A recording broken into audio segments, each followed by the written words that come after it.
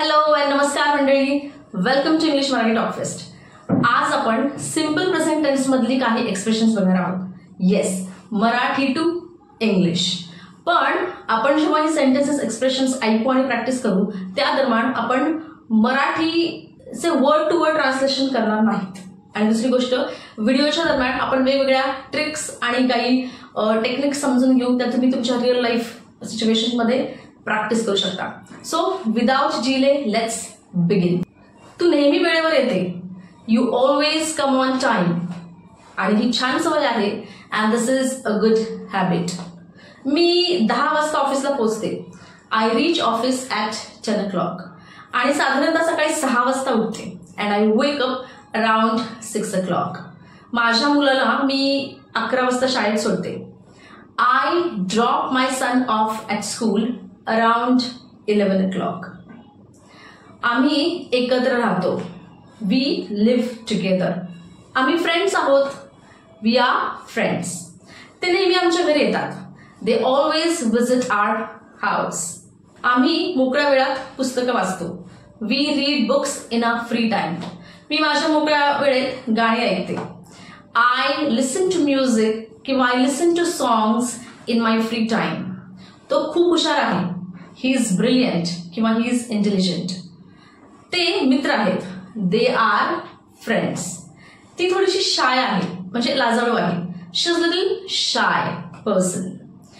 बघा, आता आपण ही जेव्हा वाक्य करत आहोत तेव्हा काही वाक्य एम इज आर वाली येत आहे, जसं की she is, they are, we are. आणि काही वाक्य अशी आहेत, I wake up, I go, I talk, I tell, we get together. म्हणजेच सिंपल प्रेझेंट टेन्स मध्ये एम इज आर वाली सुद्धा वाक्य आहेत आणि सब्जेक्ट वर्ब वन ऑब्जेक्ट वाली सुद्धा वाक्य आहेत. सो तुमच्या लक्षात आलं असेल, सिंपल प्रेझेंट टेन्स मध्ये आपण 2 प्रकारची वाक्य आहेत. एक आहेत सब्जेक्ट आणि ऑब्जेक्ट. ऑब्जेक्ट काय आहे तुमचा? नाउन किंवा ऍडजेक्टिव्ह.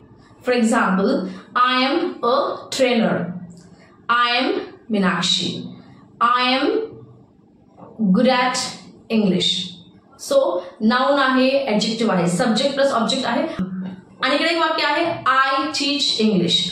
आय हा सब्जेक्ट झाला, टीच हे ऍक्शन वर्ब आहे, वर्ब वन, आणि इंग्लिश हे ऑब्जेक्ट आहे.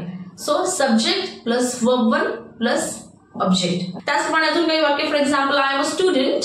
I study English. I am a doctor. I operate patients. Like this. म्हणजे 2 प्रकारची वाक्य आपल्याला कळाली. आता आय, वी, यू, दे किंवा काही प्लुरल नाउन्स असतात. For example, cousins, friends, they, यांच्यासोबत आपण वर्ब वन घेत आहोत.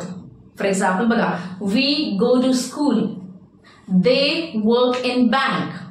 पण जेव्हा ही, शी कुठलंही नाउन वाक्यामध्ये येतं तेव्हा त्याच्यापुढे आपण वर्बला एस लावतो. बघा काही एक्झाम्पल. फॉर एक्झाम्पल, मी इकडे म्हटलं I wake up at 6 o'clock. पण मी जर वाक्यामध्ये ही किंवा शी वापरलं तर आपल्याला वर्बला एस लावावं लागेल. He wakes up at 6 o'clock. चला बघूया काही अजून sentences. He is a doctor. He goes to hospital around 9 AM. तो डॉक्टर आहे आणि तो हॉस्पिटलला 9च्या आसपास जातो. आता ही गो म्हणत नाहीये, ही गोज म्हणते, कारण की ही, शी, इट, दिस, दॅट आणि कुठलेही सिंग्युलर नाउन, राहुल, निशा, डॉक्टर, इंजिनियर, कंपनी, स्कूल, एक नाउन असेल, सिंग्युलर असेल तर आपण वर्बला एस लावतो सिंपल प्रेझेंट टेन्स मध्ये. राईट, वर्बला एस लावतो सिंपल प्रेझेंट टेन्स मध्ये. अजून काही वाक्य बघूयात. ती बँकेत काम करते. शी वर्क्स ॲट बँक किंवा she works in a bank. तो युनिफॉर्म घालतो. He wears a uniform. When he goes to school, he wears a uniform. Nisha गाणी खूप छान म्हणते. Nisha sings songs very well. Rahul cricket खूप छान खेळतो. Rahul plays cricket very well. She is a brilliant lady. ती ब्रिलियंट लेडी आहे. ती हुशार स्त्री आहे. ती केक बनवते. She makes cake. ती केकच्या ऑर्डर सुद्धा घेते. She takes orders of cake. तो माझा मित्र आहे. He is my friend. तो माझ्या घराजवळच राहतो. He lives near my house. He lives, बघा आपण एस लावलेला आहे. माझा मित्र मला नेहमी मदत करतो. माय फ्रेंड परत सिंग्युलर आहे त्याच्यामुळे आपण वर्बला एस लावणार. My friend always helps me. He is a generous person. तो खूप उदारमतवादी आहे, मदत करणारा असा व्यक्ती आहे. So I, we, you, they किंवा कुठलंही प्लुरल नाउन जसं की फ्रेंड्स, कझन्स, माय कलिग्स असेल तर आपण वर्ब प्लस वन घेतो, राईट. आणि ही, शी, इट, दिस, दॅट किंवा कुठलेही सिंग्युलर नाउन असेल तर आपण तिकडे वर्बला एस लावतो. आय होप तुम्हाला हा डिफरन्स कळाला की एस कुठे लावायचं आणि एस कुठे नाही लावायचं, राईट. आता बघूया काही नेगेटिव्ह सेंटेन्सेस, राईट. ॲमेझॉनचे नेगेटिव्ह सेंटेन्सेस तर आपल्याला माहितच आहे. I am a trainer, I am not a trainer. I am happy, I am not happy. She is hard working, she is not hard working. ही वाक्य सोपी आहेत आणि सिम्पल आहेत. आपण या टेन्सचा युजच अजून मी सांगितलेला नाहीये. सिम्पल प्रेझेंट टेन्स हा आपण प्रेझेंट मध्ये वापरतो आपल्या डेली रुटीन एकंदरीत काय आहेत हे सांगण्यासाठी. एखादी व्यक्ती काय करते किंवा एखादी व्यक्ती कशी आहे, जनरल एखादी व्यक्ती काय करते, कशी आहे, व्यक्तीच काय, कुठलीही गोष्ट, एखादी जागा, एखादं ठिकाण, एखादी कंपनी, एखादी स्कूल, एखादं हॉस्पिटल, इन जनरल त्यांचं कार्य काय आहे, काय ऍक्ट आहे, त्यांची काय ऍक्शन्स करतात, हे जेव्हा आपण सांगत असतो तेव्हा तो सिम्पल प्रेझेंट टेन्स असतो, राईट.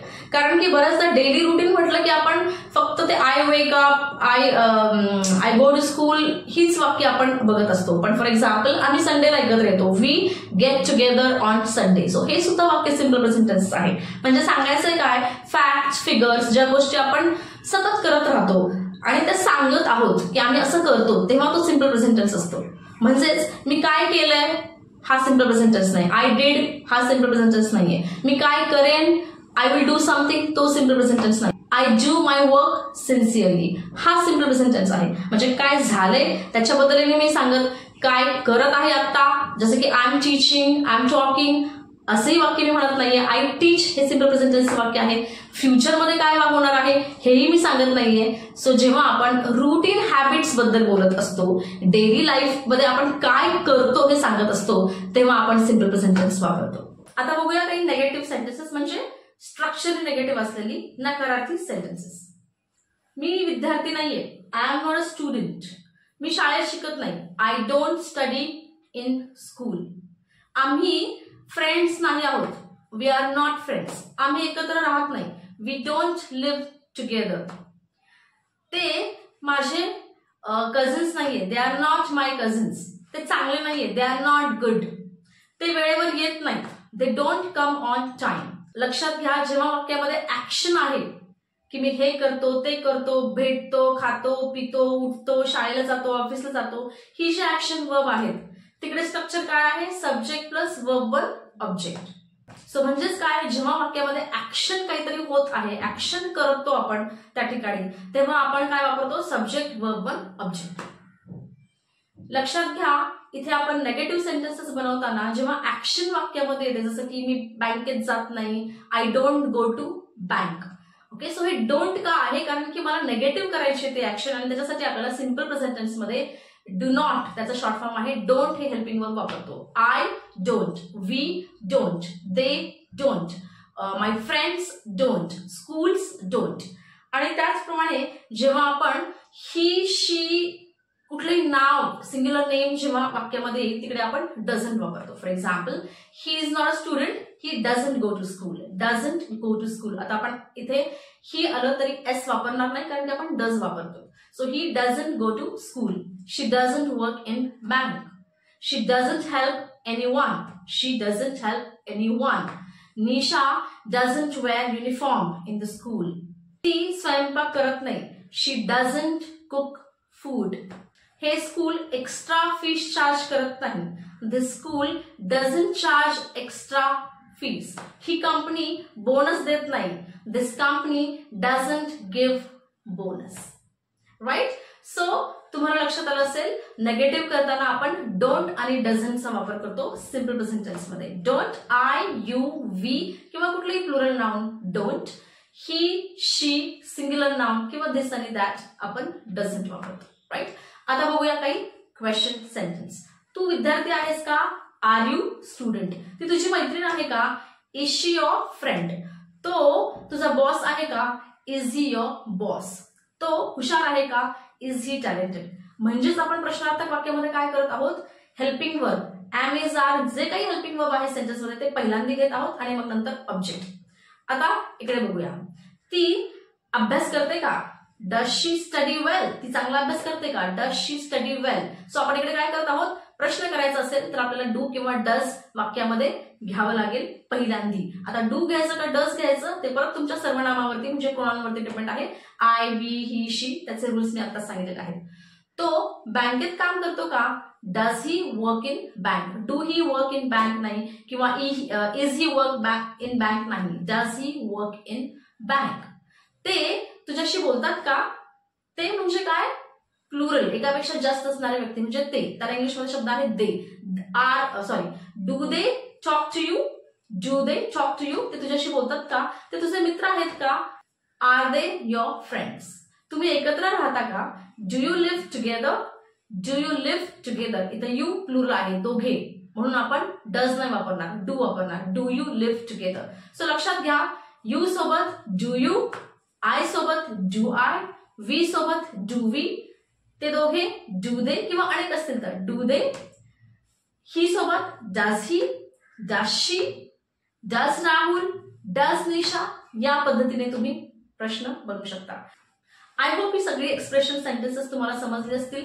आणि मी इथे तुम्हाला एक गोष्ट सांगेल की समजून घ्या, लॉजिक समजून घ्या. डू डज उगीच पाठ करण्यामध्ये अर्थ नाहीये, स्ट्रक्चर आहे पण तिकडे लॉजिकही आहे.